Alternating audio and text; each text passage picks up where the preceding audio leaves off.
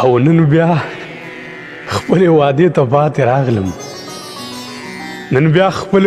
ته پاتې راغلم ما له ځان سره دا عهد کړی و چې که دا ځل باندې چېرته بخت مهربان شو ته یې په مخه راوستې نو لازم به درته د خپلې 15 کلنې پټې مینې اظهار کوم.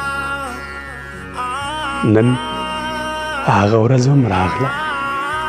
هغه ورځ هم راغله او ده راته مخامخ ولاړې خو د تل په څېر بیا په خپل ځای ولاړ لکه کالبوت پاتې یم. هیڅ غږ مې له خولې نه خیږي. نه پوهېږم چې د دې خاموشۍ وجه څه ده. یا خو به ستا د مخ د ښکلا وجه وي او یا کوم بل څه.